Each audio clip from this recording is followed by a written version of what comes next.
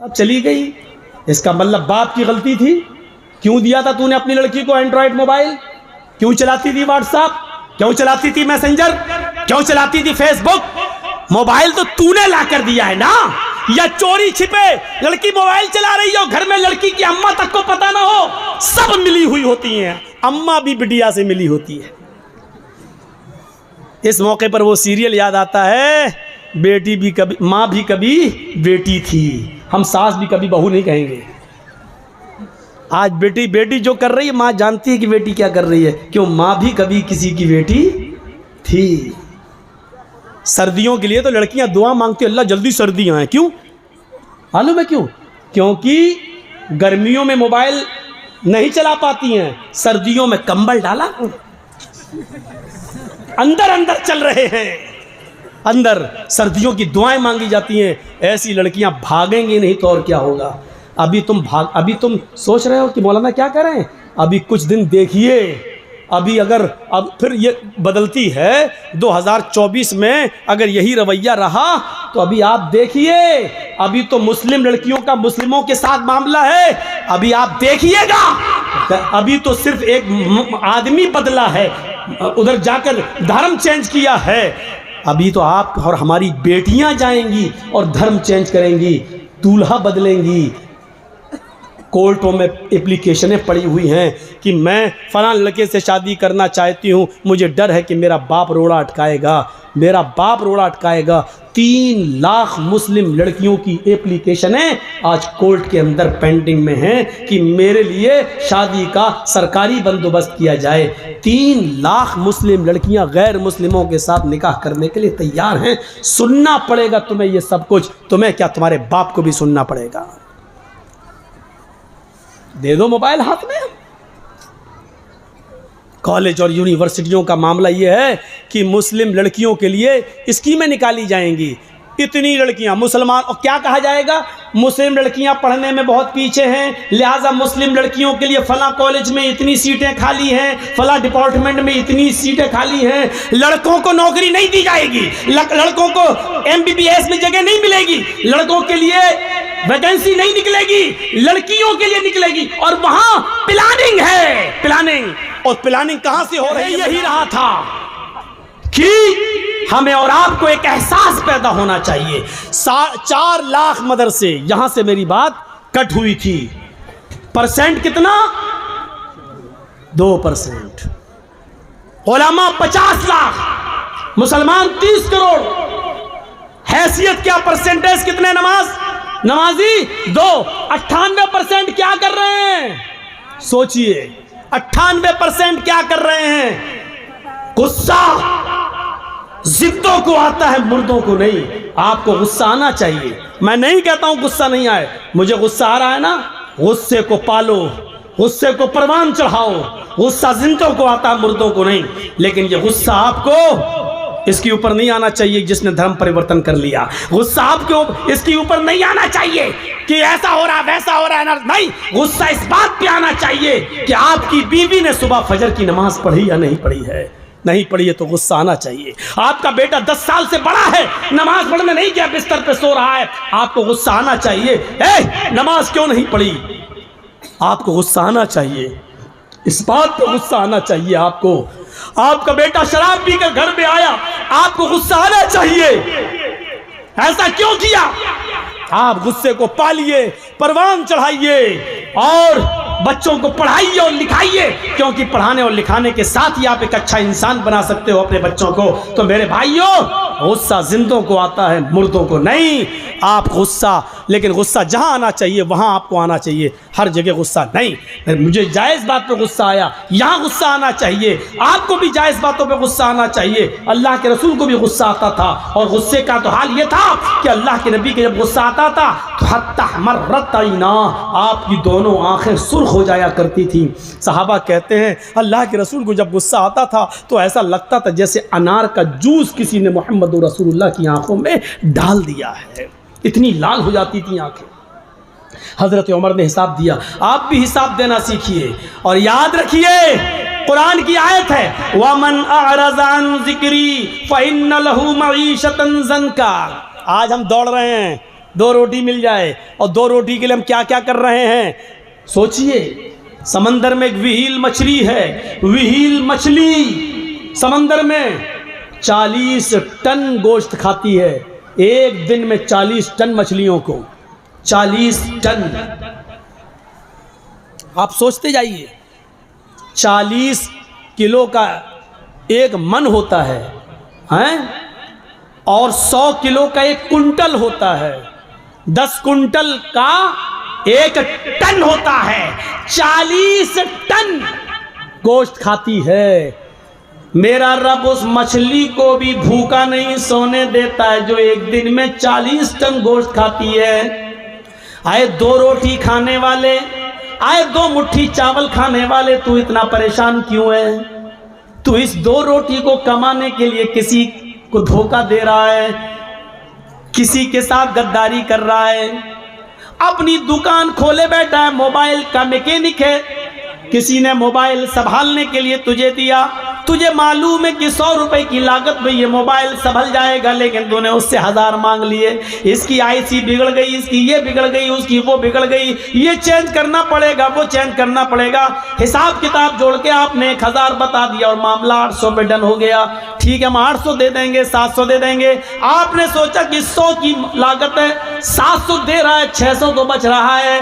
आपने 100 की जगह 1000 बताया, 100 की जगह 150 बताना आपका जायज था, 100 की जगह 200 बता देते आपके लिए जायज था, लेकिन 100 की जगह 1000 बताकर 700 पे अपने मामले को डन करना, ये है कुरान की उस आयत के मुताबिक कि या अय्युहल्लज़ीना आमनू ला ताकुलू अम्वालकुम बैनकुम बिल बातिल, ईमानो वालो तुम आपस में एक दूसरे का माल नाजायज तरीके से मत खाओ। ये मुसलमान का ही माल नाजायज तरीके से खा रहा है, ये उसको गसब कर रहा है। मेरे भाइयों, 100 रुपए का मोबाइल 150 आप ले लो, 200 ले लो, आपने 700 रुपए जो लिए ये आपके लिए हराम है। अल्लाह की कसम, अब आप जो खाना खाकर मस्जिद में जाओगे नमाज पढ़ने के लिए, आपकी नमाज कबूल नहीं होगी। जिसने हराम का 1 लुकमा खाया 40 दिन तक अल्लाह उसकी इबादत को कबूल नहीं करता। हम और आप सोचें, हमारी रिस्क की तंगी क्यों हो रही है? हम इतना कमा रहे हैं लेकिन पैसा हमारे पास रुक क्यों नहीं रहा है? बहुत से लोगों को शिकायत, मौलाना पैसा तो बहुत है, कमाता हूं मैं एक दिन में 50-50 हजार रुपए, लेकिन रुकता नहीं है मेरे पास, पता नहीं कहां चला जाता है, पता नहीं कहां चला जाता है। तेरे सवाल का जवाब दिया है कुरान ने। भाई हर आदमी को यही शिकायत है ना, पैसा तो आता है मौलाना, मेहनत तो करता हूँ, 500-600 हजार रुपए रोज कमाता हूँ, लेकिन यार जितना कमाता हूँ शाम तक कुछ नहीं बचता, मेरे हाथ में नहीं रहता है। कभी बेटा बीमार, कभी बेटी बीमार, कभी बाप बीमार, कभी अम्मा बीमार, कभी बीवी बीमार, यार रुकता नहीं है। तेरे सवाल का जवाब मौलवी के पास नहीं, कुरान में मौजूद है। वमन अअरज़ अन ज़िक्री फ़इन्न लहू मईशतन ज़ंका। तुम अल्लाह के जिक्र से मुंह मोड़ोगे, एराज करोगे, तो अल्लाह कहता हम तुम्हारी रोजी को तंग कर देंगे। आइए 2-3 मिसालें सुन लीजिए, बड़ी अच्छी मिसालें दे रहा हूं। ये रोजी को तंग करना ये क्या है और जिक्र से मुराद क्या है? वमन अअरज़ अन ज़िक्री, जिक्र से मुराद नमाज।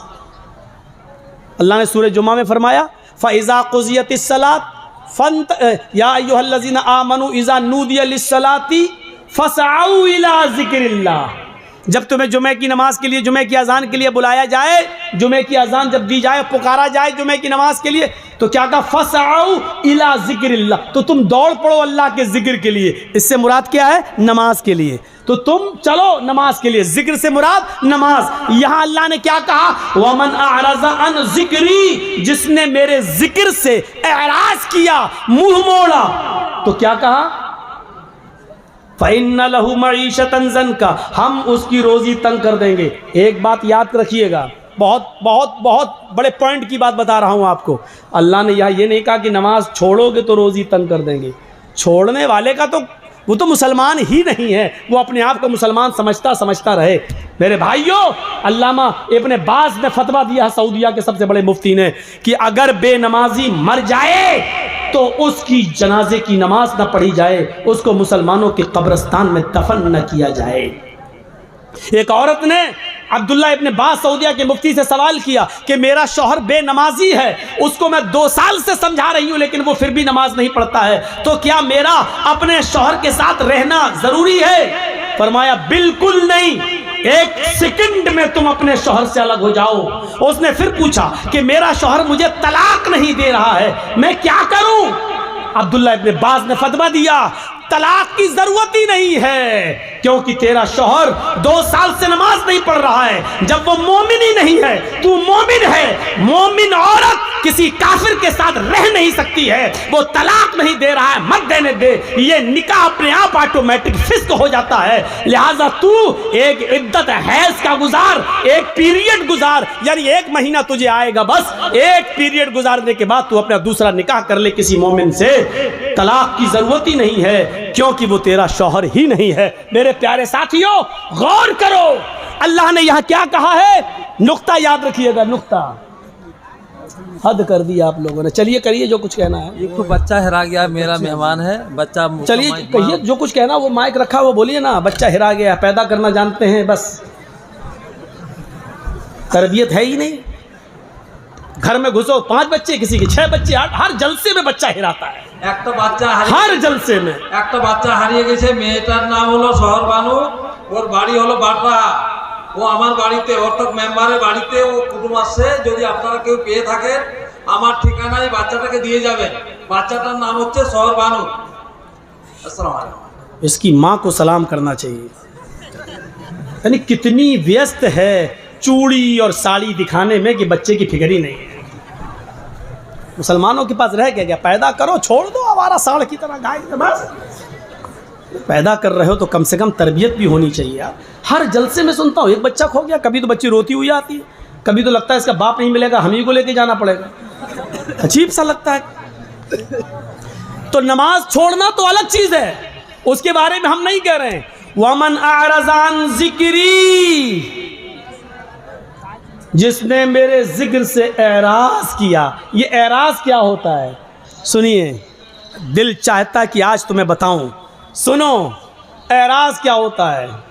जिसने मेरे जिक्र से यानी मेरी नमाज से एराज किया, फ़इन्न लहू मईशतन ज़नका, हम उसकी रोज़ी तंग कर देंगे। व नहशुरुहु यौमल क़यामत अमा, और क़यामत के दिन उसको अंधा उठाएंगे। उसकी आंखें नहीं होंगी, आंखें होंगी लेकिन देख नहीं सकता, अंधा उठेगा। कौन?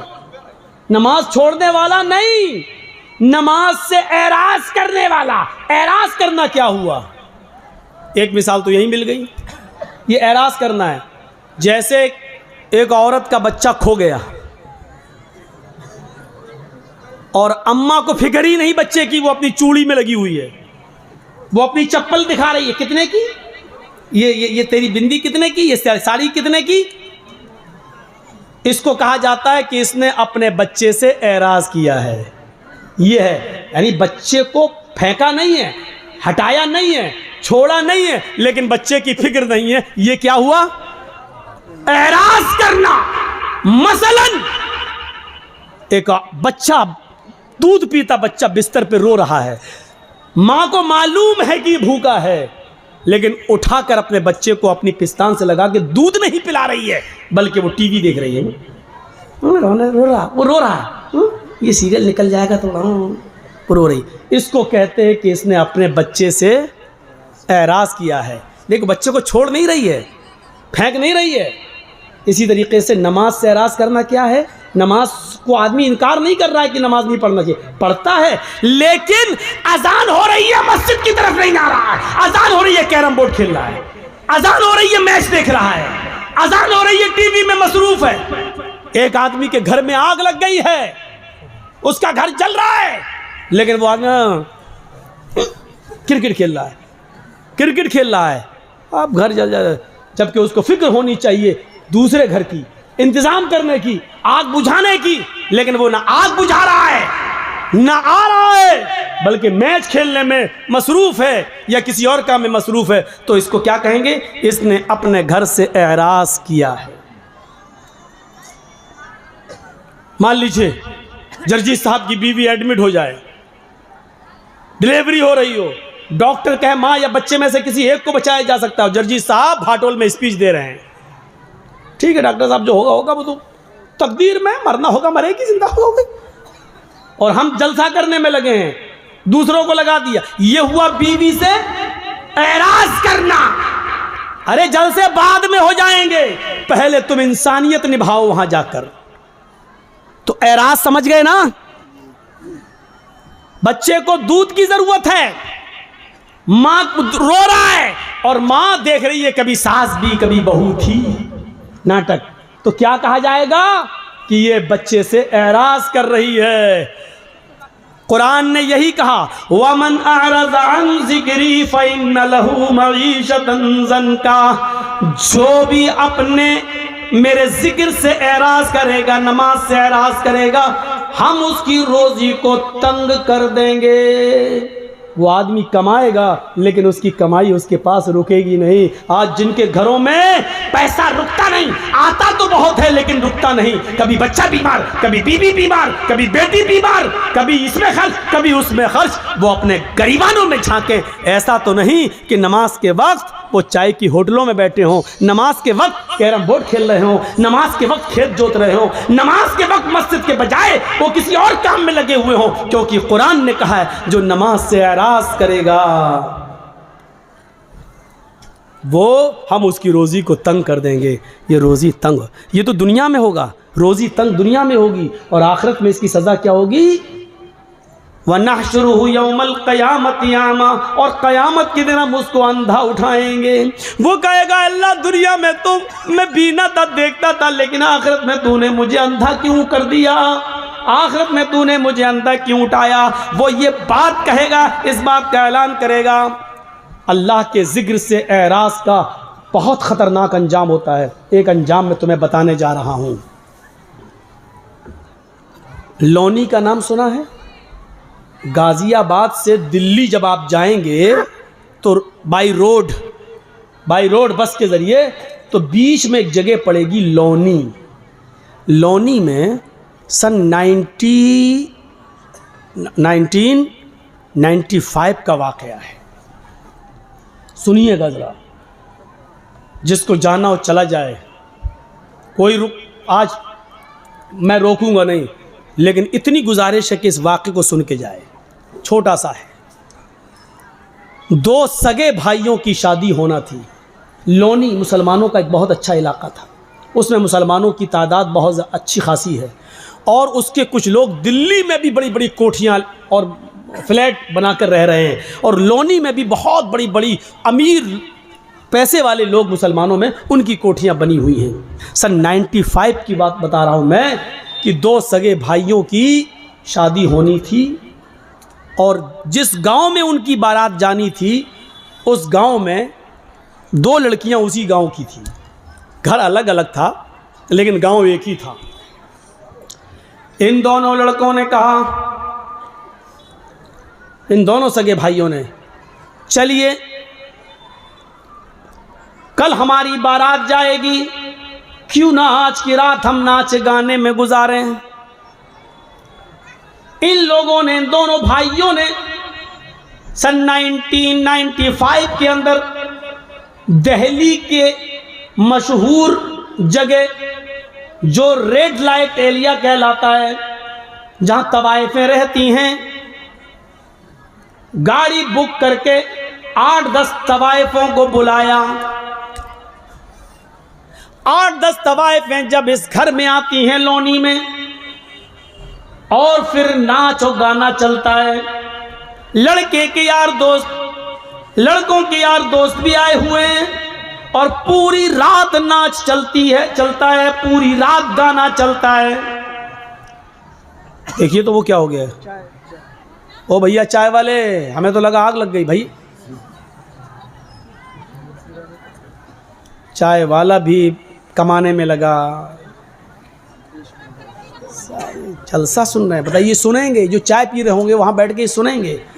फिल्म हॉल में तो पेशाब भी रोक के बैठ जाते हैं यहाँ बेचारे।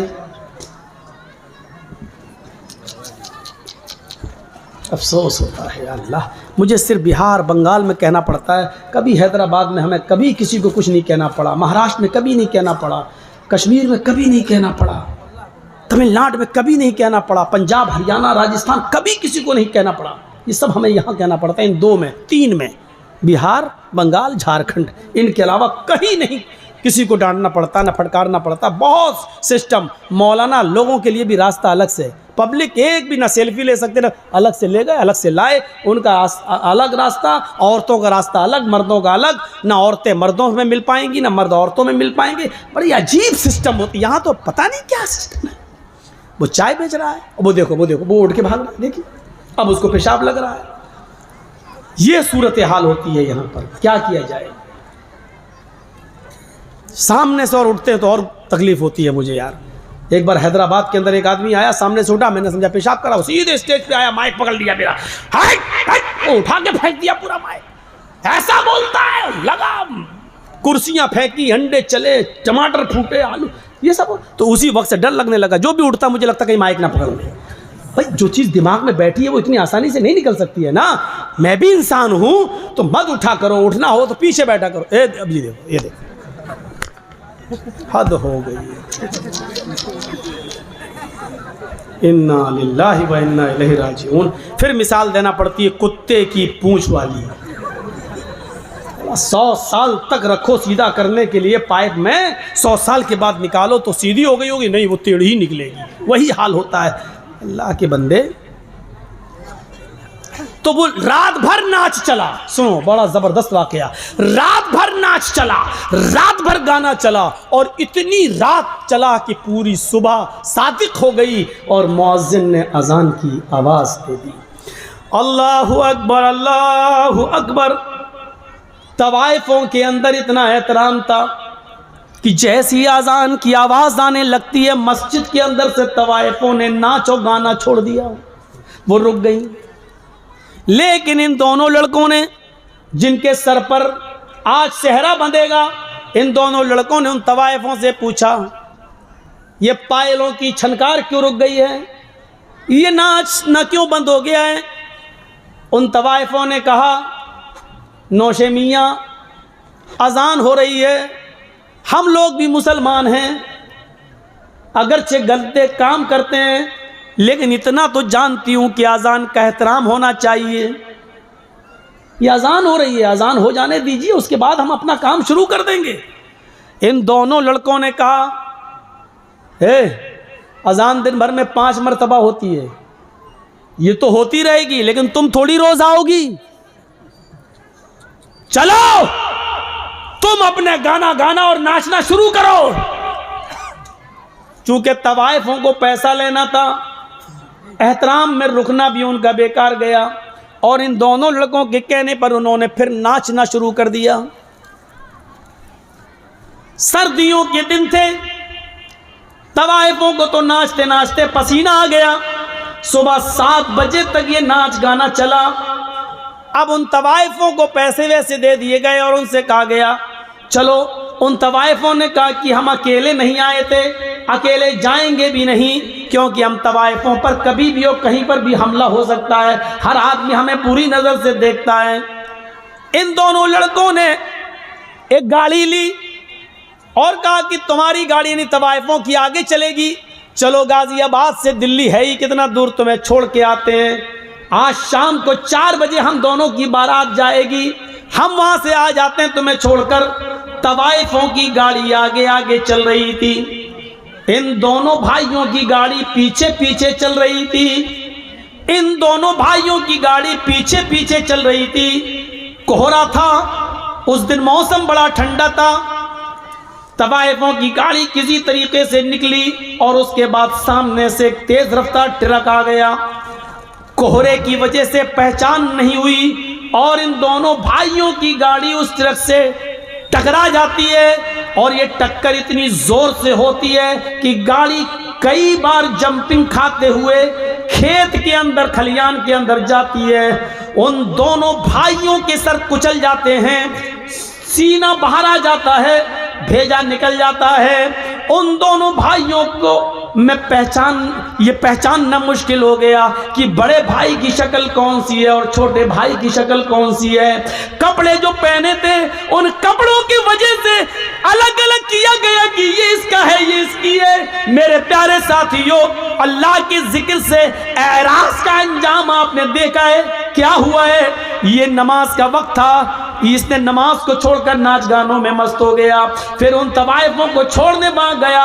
अंजाम ये हुआ कि मेरे भाइयों, अभी शाम को 5-6-10 घंटे के बाद इन दोनों के सरों पर सेहरा बंधना था और ससुराल से मिलने वाले कपड़े इनको पहनना थे। लेकिन अब इनके सरों पर सेहरा नहीं, ससुराल से दिए हुए कपड़े नहीं, अब इनके जिस्मों पर कफन पहनाया जा रहा है। गौर कीजिए, थोड़ी देर में कितनी हैसियत बदल जाती है। अभी कुछ देर के बाद इनको ससुराल की तरफ से मिलने वाले कपड़े पहनना थे, लेकिन अब इनको सफेद रंग का कफन पहनाया जा रहा है। अभी कुछ देर के बाद अभी इनको ससुराल की तरफ बारात लेके निकलना था, लेकिन अब ये बारात लेकर नहीं बल्कि कब्रिस्तान की तरफ निकलने वाले हैं। अभी इनका सफर एक लड़की के गांव में होने वाला था, अब इनका सफर कब्रिस्तान की तरफ हो गया है। गौर कीजिए, अल्लाह के जिक्र से एराज का नतीजा क्या निकलता है। मेरे भाइयों, अभी इनको ससुराल जाना था, लेकिन कब्रिस्तान पहुंचाया जा रहा है, कपड़े पहनना थे, कफन पहनाया जा रहा है। जिस मौलवी को अभी इनको ससुराल में बारात की जगह पर बैठकर या अय्युहल्लज़ीना आमनू तक़ुल्लाह हक़्क़ तुक़ातिह कुरान की आयतें पढ़कर इनका निकाह कराना था, आज उस मौलवी को अल्लाहुम्मा अग़फ़िर लिहय्यिना व मय्यतिना व शाहिदिना व गायबिना व सग़ीरिना व कबीरिना पढ़ना पड़ रहा है। अल्लाह के जिक्र से एराज का नतीजा ये निकलता है। मेरे भाइयों, इसी को कुरान कहता है, वमन अअरज़ा अन ज़िक्री फ़इन्न लहू मईशतन ज़न्का। अगर तुम अल्लाह के जिक्र से एराज करोगे, मुंह फेरोगे। इन दोनों बच्चों ने नमाज का इनकार नहीं किया था, नहीं नमाज नहीं पढ़ना चाहिए, नहीं, सिर्फ मुंह मोड़ा था। चलो, अरे अजान तो होती रहती है, वो अपना काम कर रहा है, तुम अपना काम करो। इनको अजान के बाद नमाज पढ़ने जाना चाहिए था, नहीं गए। ये तवाइफों का नाच देखते रहे। यही है एराज। जैसे दूध पिलाने वाली माँ अपने दूध पीते बच्चे को छोड़कर टीवी देखने लगे तो कहते ये बच्चे को से मुंह मोड़ रही है, बच्चे से एराज कर रही है। यही है नमाज से एराज करने का नतीजा। मेरे भाइयों, नमाज वो बिल्कुल छोड़ता हो वो मुसलमान ही कहाँ है, लेकिन ये नमाज छोड़ते नहीं थे, पढ़ लेते थे, लेकिन अजान के वक्त नहीं, अव्वल वक्त नहीं, अजान के वक्त किसी और काम में लगे हुए हैं। यानी नमाज से ज्यादा अहमियत किसी और चीज को देना। मेरे भाइयों, ये एराज करना है, ये एराज करना है। आप या बिना मतलब के बैठे हैं, कुछ नहीं है, आप तकरीर सुन रहे हैं, जर्जीस को सुन रहे हैं, आपको ना पेशाब लग रहा है न कोई परेशानी है, लेकिन आपको सिर्फ चाय की लौक लग रही है या बीड़ी की आपको लौक लग रही है, आप उठकर वहां चले गए और बीड़ी पीना चाहते हैं। इसको कहा जाता है तकरीर से एराज, इसको कहा जाता है कुरान और हदीस से एराज। इसको छोड़कर उसको अहमियत दे रहे हैं, इसको कहा जाता है पीठ दिखाना, इसको कहा जाता है मुंह मोड़ना। तो यही उन लोगों ने किया था। आप तकरीर सुनने आए हैं, मुंह नहीं मोड़ रहे हैं, लेकिन बीड़ी की लौक लग रही है, पीछे चले गए, बीड़ी पीने लगे। आप आए तो थे सुनने, लेकिन बीड़ी की लौक ने आपको तकरीर नहीं, पीछे ले गया। इसका मतलब यह है कि आपकी नजर में बीड़ी की अहमियत ज्यादा है, कुरान और हदीस की कम है। इसीलिए इसी तरह मेरे भाइयों, अजान हो रही है और आप खेत जोत रहे हैं, अजान हो रही है और आप कपड़ा सिल रहे हैं, अजान हो रही है आप कैरम बोर्ड खेल रहे हैं, अजान हो रही है आप इंडिया पाकिस्तान, इंडिया ऑस्ट्रेलिया का मैच देख रहे हैं और जमात जा रही है। इसी को कहते हैं नमाज से मुंह मोड़ना, इसी को कहते हैं नमाज से एराज करना। और वमन अअरज़ा अन ज़िक्री फ़इन्न लहू मईशतन ज़न्का। अगर तुम हमारे जिक्र से, हमारी नमाज से मुंह मोड़ोगे, एराज करोगे, तो हम तुम्हें तुम्हारी रोजी को तंग कर देंगे। और रोजी के साथ साथ अल्लाह ने ज़िंदगी को तंग कर दिया। देख लीजिए उन दो नौजवानों का हश्र क्या हुआ। ये किसी के साथ भी हो सकता है, हमारे और आपके साथ भी हो सकता है। मेरे भाइयों, आप कितने भी अच्छे काम कर लें, लेकिन इतना याद रखिएगा, आखिरी वक्त में काम अच्छा होना चाहिए। आखिरी वक्त में काम अच्छा होना चाहिए। क्या आपको मालूम नहीं? बुखारी शरीफ की उस हदीस को देखिए, एक सहाबी ओहद के मैदान में लड़ रहे हैं, सबसे पहले तीर उन्होंने ही काफिर पे चलाया, सबसे ज्यादा बहादुरी उसी ने दिखाई। लेकिन एक सहाबी ने अल्लाह के नबी से कहा, अल्लाह के रसूल, माशाअल्लाह, देखो कितना अच्छी तरीके से लड़ रहे हैं। सबसे पहले तीर उन्होंने चलवाया, सबसे पहले काफिर पर हमला उसी ने किया। माशाअल्लाह, देखिए कितना खूब लड़ रहे हैं। अल्लाह के नबी ने फरमाया, हाँ लड़ तो रहे हैं लेकिन है तो वो जहन्नमी। बुखारी शरीफ की हदीस के सफ़े को देखिए। किसके बारे में कह रहे हैं? सहाबी के बारे में। किसके बारे में कह रहे हैं? जो लड़ रहा है उसके बारे में। मैदान जंग में ये सहाबी कहते हैं मेरा दिमाग चौंक गया।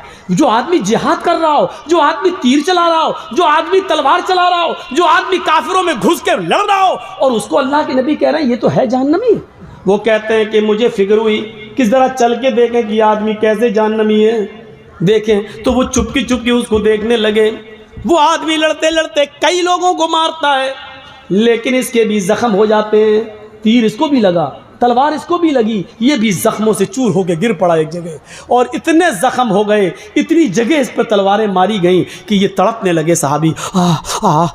जब उन्होंने देखा कि तड़प बर्दाश्त से बाहर है, तकलीफ बर्दाश्त नहीं कर सके, दूसरा सहाबी देख रहा है कि देखें क्या होता है। ये ज़मीन पर पड़े हैं, जख्मों की तकलीफ बर्दाश्त नहीं कर पा रहे हैं। ये उठते हैं और तलवार लेकर ज़मीन पर गाड़ते हैं, तलवार लेकर ज़मीन पर गाड़ते हैं और अपना ये सीने का ये बीच वाला हिस्सा जो होता है, ये पिछली दोनों पिछलियों के दरमियान, इस पर तलवार की नोक को इस पर रखते हैं और पूरा वज़न उसके ऊपर डालकर उसके ऊपर चढ़ जाते हैं।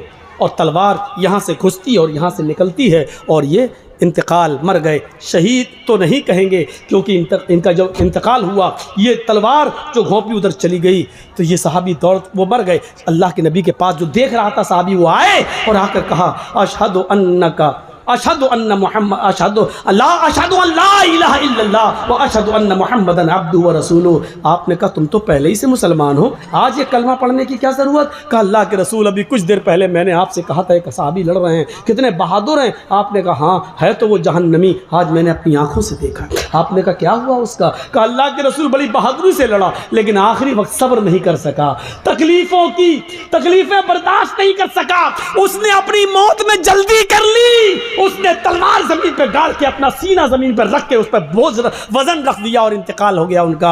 आपने फरमाया मेरे साहबी, आपने फरमाया हाँ एक इंसान जिंदगी भर अच्छे अमल करता है, पूरी जिंदगी नेक अमल करता है, यहाँ तक कि उसके और उसके जन्नत के बीच में सिर्फ एक बालिश का फासला रह जाता है।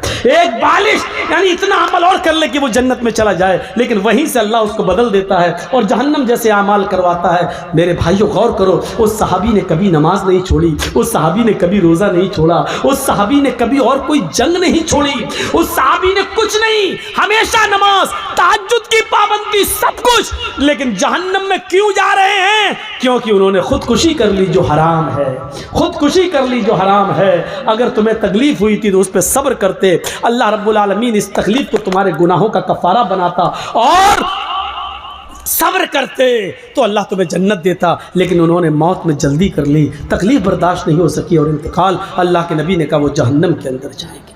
अंदाज़ा लगाइए आप, हम और आप चाहे कितने जल्द से सुन लें, चाहे कितनी नमाजें पढ़ लें, लेकिन अगर हमारा इंतकाल के वक्त, आखिरी उम्र में आखिरी वक्त अगर हमारा इंतकाल सही रास्ते पर और सही अमल पर नहीं हुआ, और आखिरी वक्त किसका कब आ जाए कुछ नहीं कहा जा सकता। हम कल मर जाए, कल मौत आ जाए, किसको मालूम है कब किसका इंतकाल हो जाए? क्या किसी ने गारंटी ली है? हजरत अब्दुल्लाह इब्ने उमर फरमाते हैं कि अल्लाह के नबी ने मेरा कांधा पकड़ा, ये कांधा, अखज़ बिमनकबी फ़क़ाल या अब्दुल्लाह कुन फ़ी दुनिया कअन्नका गरीब औ आबिरु सबील इज़ा अमसैता फला तंतज़िरिस सबाह व इज़ा अस्बहता फला तंतज़िरिल मसा। आए अब्दुल्लाह, इस दुनिया में मुसाफिर की तरह रहो। जब बिस्तर पे सोने जाओ, जब रात में बिस्तर पे सोने जाओ तो सुबह ये मत सोचना कि हम जिंदा उठेंगे, और जब सुबह उठो तो ये मत सोचना कि शाम को तुम जिंदा रहोगे, और शाम का इंतज़ार करो, पता नहीं सुबह या शाम तक तुम मुर्दों में लिख के जाओ या जिंदों में लिख के जाओ, क्या मालूम। जब शाम हो जाए तो सुबह का इंतज़ार मत करना, पता नहीं सुबह तुम मुर्दों में लिखे जाओ या जिंदों में। जब सुबह हो जाए तो शाम का इंतज़ार मत करना, पता नहीं शाम तक तुम मुर्दों में लिखे जाओ या जिंदों में लिखे जाओ। कभी ऐसा मत करना बस नेक अमल में आगे बढ़ो। इसीलिए दुआ की जाती है कि अल्लाह जब तक तू हमें जिंदा रख इस्लाम पे रखना। नहीं, इसके बाद भी कही जाती है क्या, अय अल्लाह जब तक तू हमें जिंदा रख इस्लाम पे रखना, और जब हमारा खात्मा हो तो ईमान पर हमारा खात्मा फरमाना। सिर्फ ये दुआ मत करना अल्लाह जब तक मैं जिंदा रहूं इस्लाम पे रखना, नहीं, ये दुआ भी शामिल करना कि अय अल्लाह जब मेरा इंतकाल हो, मेरा खात्मा हो, तो उस वक्त भी हम मोमिन रहें। क्योंकि देखिए सहाबी का खात्मा ईमान पर नहीं हो पाया, जिंदगी भर इस्लाम पे तो रहे, लेकिन आखिरी वक्त में मेरे भाइयों देख लीजिए कि उन्होंने खुदकुशी कर ली। आखिरी वक्त में खुदकुशी करने वाले की नमाज जनाजा जायज़ नहीं है। खुदकुशी करने वाले को मुसलमानों के कब्रिस्तान में दफन करना जायज़ नहीं है। कितने लोग खुदकुशी कर लेते हैं, कितने लोग। मेरे भाइयों इन चीजों को देखो। अल्लाह के नबी सल्लल्लाहु अलैहि वसल्लम ने तो एक और निशानी बताई थी, और क्या कहा था, युस्बिहुर रजुलु मुमिनन व युमसी काफिरन व युमसी मुमिनन व युस्बिहु काफिरन यबीउ दीनहु बिइरज़िन मिनद दुनिया। लोगों, कयामत के आने से पहले तुम एक निशानी देख लेना, ये तुम अपने सोसाइटी में देख लेना, और देख लो अपने यहाँ झांक कर देख लो ये हो रहा कि नहीं। एक मुसलमान युस्बिहुर रजुलु मुमिनन, सुबह उठेगा तो मोमिन होगा, लेकिन शाम होते होते काफिर हो जाएगा। शाम को मोमिन होगा, सुबह उठते उठते काफिर हो जाएगा। ये कौन होगा? युस्बिहुर रजुलु मुमिनन, एक मुसलमान सुबह उठेगा तो मोमिन होगा। उसने फजर की नमाज जमात के साथ पढ़ी होगी, फजर के बाद कुरान की तिलावत की होगी, सुबह सूरज निकलने के बाद सदका और खैरात किया होगा, गरीबों की मदद की होगी, लेकिन शाम होने से पहले पहले वो काफिर हो जाएगा। इशारा क्या है? ये सब कुछ करने के बावजूद इलेक्शन में खड़ा है, नेता है, मुसलमान है, लेकिन जिस बस्ती से लड़ रहा है वहाँ हिंदू भाइयों की तादाद ज़्यादा है। उनको खुश करने के लिए और उनका वोट लेने के लिए वो उनके मंदिर में भी जाएगा, टीका भी लगा लेगा और मूर्ति के ऊपर हार भी चढ़ा देगा। मेरे भाइयों, ऐसे लोगों के बारे में फरमाया युस्बिहुर रजुलु मोमिनन, सुबह देखोगे कि वो हालत ईमान में उठेगा, लेकिन शाम होने से पहले पहले वो काफिर हो जाएगा। अपनी सोसाइटी पर, अपने समाज में नजर डाल के देखो कि ऐसे कितने लोग मौजूद हैं जो गैर मुस्लिमों का वोट पाने के लिए टीका भी लगा लेते हैं और मूर्तियों पर हार फूल भी चढ़ा देते हैं। हमारे हिंदुस्तान का कानून हमें जबरन मजबूर नहीं करता है। हमारे इंडिया का लॉ ये कहता है कि आप मुसलमान हैं, आप इस्लाम पर खूब जोर से अमल कीजिए, लेकिन आप हिंदू धर्म को या किसी भी धर्म को बुरा मत कहिए। जो आदमी हिंदू है वो अपने धर्म पर खूब कायम रहे, मजबूत रहे, लेकिन वो इस्लाम को बुरा न कहे। ये हमारे भारत का संविधान है, कानून है। किसी हिंदू को जबरदस्ती मस्जिद में लाने को गवारा नहीं करता है, तो किसी मुसलमान को भी जबरदस्ती मंदिर में जाना गवारा नहीं करता है। मुसलमान अपने मजहब पर अमल करें, हिंदू अपने धर्म पर अमल करें। मेरे भाइयों, जब एक बाग के अंदर आम और सेब एक जगह हो सकते हैं, तो क्या एक मुल्क के अंदर हिंदू और मुसलमान एक जगह नहीं हो सकते हैं? जब आम और सेब को किसी से दुश्मनी नहीं हो सकती है, तो हिंदू को मुसलमान से और मुसलमान को एक हिंदू से क्या दुश्मनी होनी चाहिए? अब आप सोचिए और समझिए कि आज हमारे समाज में क्या हो रहा है, हम किस तरफ जा रहे हैं। हमारा इस्लाम के साथ उठना बैठना कैसे होना चाहिए? मैंने आज अमला बारी के प्रोग्राम में मैंने मिसाल दी थी।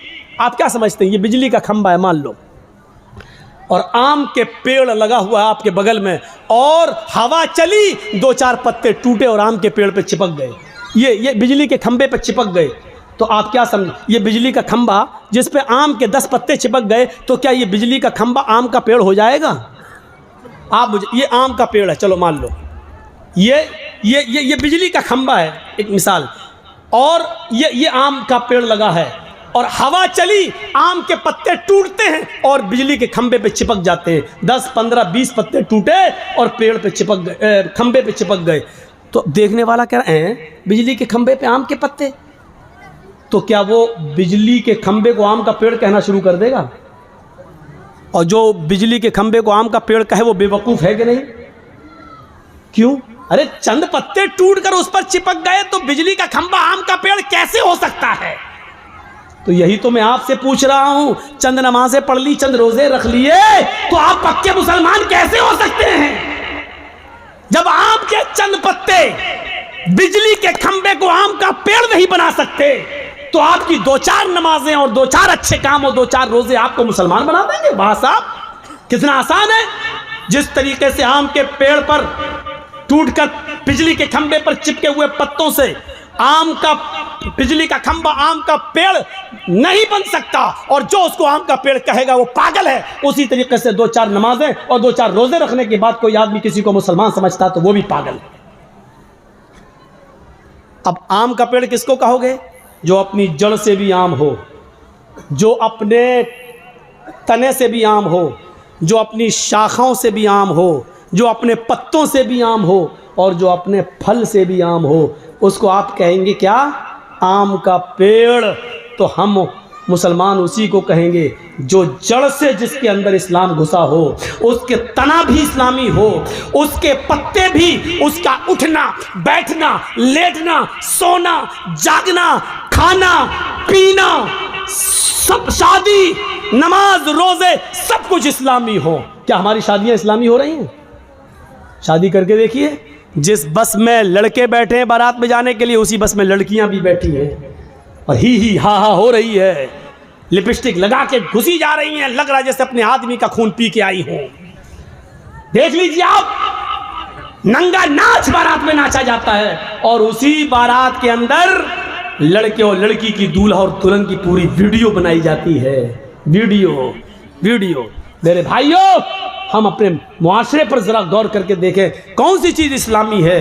जब हमारी ये चीज़ इस्लामी नहीं है तो हम मुसलमान कैसे बिजली के खंबे को आम के चंद पत्ते आम का पेड़ नहीं बना सकते? हमारी 2-4 वक्त की नमाजें हमें मुसलमान नहीं बना सकती हैं। आम का पेड़ तभी होगा जब वो अपनी जड़ में आम हो, अपने पत्तों में आम हो, अपने फल में आम हो। आप अपने जड़ से मुसलमान हो, आपका उठना बैठना सोना जागना खाना पीना शादी ब्याह सब इस्लामी हो, तब आप मुसलमान कहलाए जाएंगे। इस्लाम के साथ हमारा मामला कैसा होना चाहिए? ये पानी का एक गिलास है हमारे हाथ में, इसमें पत्थर डाल दो। पानी का गिलास भरा है, एक पत्थर डाल दिया, 2 दिन के बाद आप देखेंगे पत्थर भी दिख रहा और पानी भी दिख रहा है। इसका मतलब क्या है?